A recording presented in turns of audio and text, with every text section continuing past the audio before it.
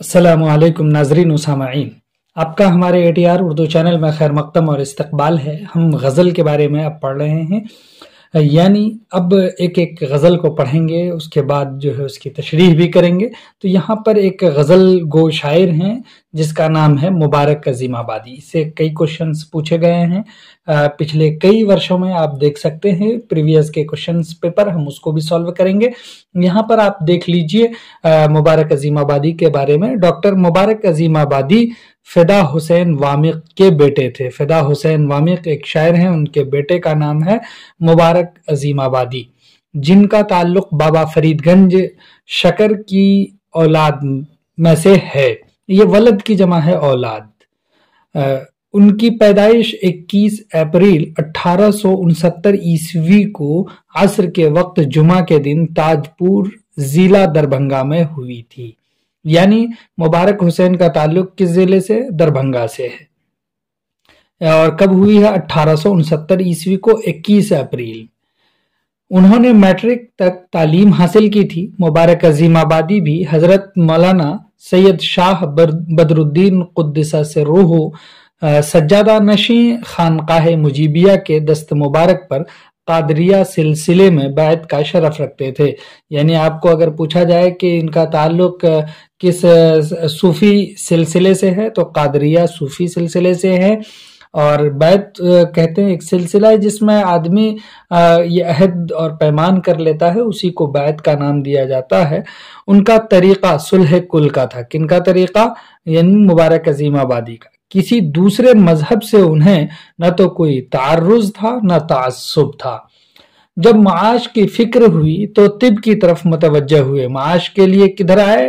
तिब, यानी तिब कहते हैं डॉक्टरी को। और तिब से मुतालिक फारसी में 2 किताबें लिखी इन्होंने। तिब से मुतालिक फारसी में कितनी किताबें लिखी हैं? 2 किताबें, मीज़ानुत तिब और तिब्बुल कबीर। ये भी आपको पूछा जा सकता है मीज़ानुत तिब या तिब्बुल कबीर किन की किताब है। लेकिन जल्द ही तबीयत उचाट हो गई, किसे? तिब की तरफ से। और तब 6 साल तक होम्योपैथी की तालीम हासिल की और अपना मतब खोला, यानी अपना मेडिकल खोला, आपने अपना इलाज घर खोला। मुबारक हुसैन अज़ीमाबादी शमसुल उलमा इमदाद इमाम असर के भांजी दामाद थे। यानी इमदाद इमाम असर जो बड़े नाक़िदों में शुमार होते हैं, उनके भांजी दामाद हैं। मुबारक के वालिद फिदा हुसैन वामिक भी शायर थे और सैयद हसन हसरत के शागिर्द थे। वामिक किन के शागिर्द थे? सैयद हसन हसरत के। उनके मोरिस आला मुल्ला काजी यार मोहम्मद को 1085 हिजरी में उहदे क़ज़ा यानी मुंसिफी का ओहदा मिला था, यानी जज का ओहदा मिला था। इस ओहदे से सुबकदोश हुए, रिटायर हुए तो औरंगजेब के छोटे बेटे की अतालीकी पर मामूर हुए। अतालीकी कहते हैं ट्यूटर को, यानी ट्यूशन पढ़ाने वाले को। गोया मुबारक एक इल्मी, अदबी और मुअज़्ज़ज़ घराने से ताल्लुक रखते थे और शायरी उन्हें विरासत में मिली थी। उन्होंने उर्दू ही में नहीं बल्कि फारसी में भी शायरी की। मुबारक अज़ीमाबादी ने उर्दू के अलावा किस ज़ुबान में शायरी की? फारसी में। फारसी में वो हकीम अब्दुल हमीद परीशां से इस्लाह लेते थे, जबकि उर्दू में दाग दहलवी के शागिर्द थे। आपको अगर पूछा जाए फारसी ज़ुबान में मुबारक अज़ीमाबादी ने किन से इस्लाह ली है? अब्दुल हमीद परीशां से इस्लाह ली है, उनके शागिर्द हुए हैं। और उर्दू में दाग दहलवी के शागिर्द हैं। मुबारक अज़ीमाबादी ने एक बार हैदराबाद दक्कन का सफर भी किया था। एक बार हैदराबाद दक्कन का सफर इन्होंने किया है और सर अब्दुल अजीज के यहाँ क़याम फरमा हुए थे, जो उन दिनों वहाँ के अहम वजीर थे। मुबारक कलकत्ते गए तो उन्होंने वहाँ वहशत से मुलाकात की। ये वहशत जो है बड़े शायर हैं, उनसे मुलाकात की। मुबारक अज़ीमाबादी 1892 ईस्वी में दाग के शागिर्द हुए। आपसे पूछा जाएगा मुबारक अज़ीमाबादी के उस्ताद कौन है, तो दाग हैं। दाग के कब शागिर्द हुए?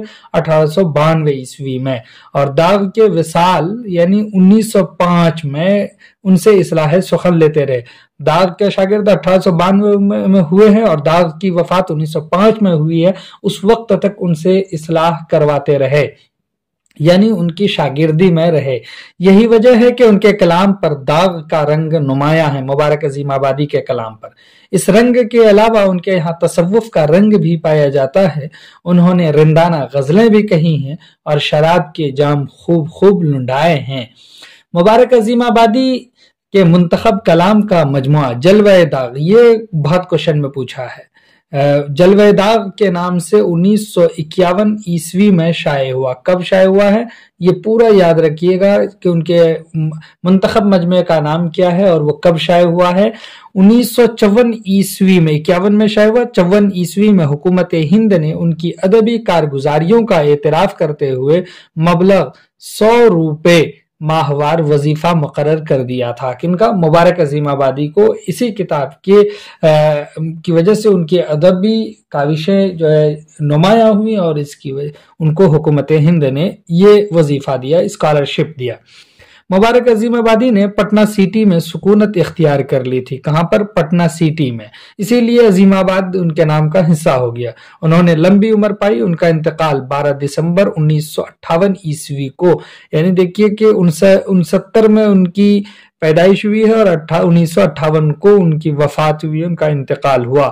یعنی وہ تقریباً 90 برسوں تک زندہ رہے، جن میں 70 برس شعر و شاعری میں گزاری۔ 90 میں 70 سال جو ہے صرف اور صرف شعر و شاعری کی ہے۔ چلیے پھر ہم ملتے ہیں ان کی غزلوں کے ساتھ، تب تک کے لیے خدا حافظ، السلام علیکم۔